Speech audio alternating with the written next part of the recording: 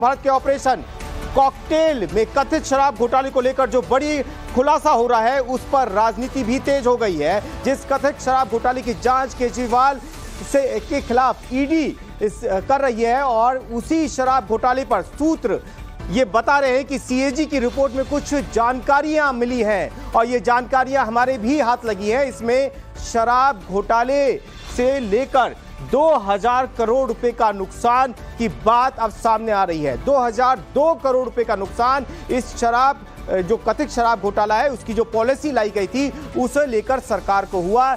ये बात अब सीएजी की रिपोर्ट में आ रही है।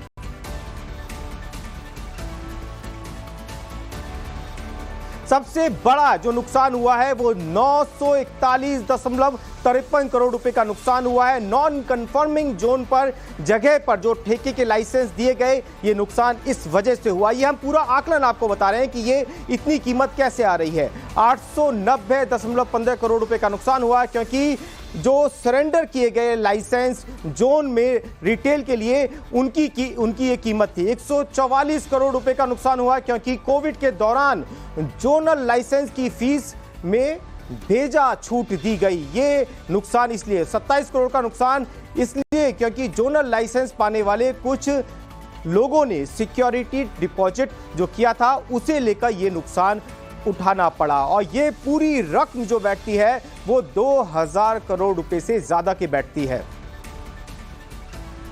सबसे पहले तो मैं टाइम्स नाउ नव भारत को एक बार फिर से आपको धन्यवाद देना चाहूंगा। अब अगर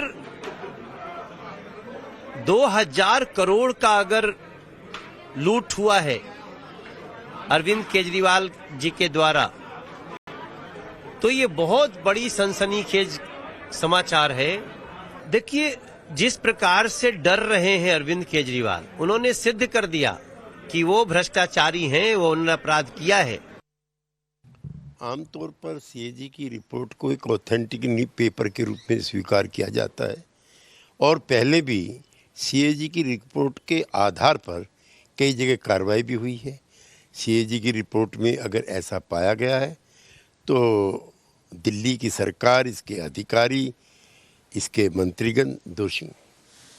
ऐसा हम लोग मानते हैं कि वो संवैधानिक पद पर हैं और उनको जो नोटिस आते हैं उसका जवाब देना चाहिए और खुद उपस्थित होकर के अपनी बात कहनी चाहिए। आपके चैनल के माध्यम से ये इतना बड़ा खुलासा हुआ है।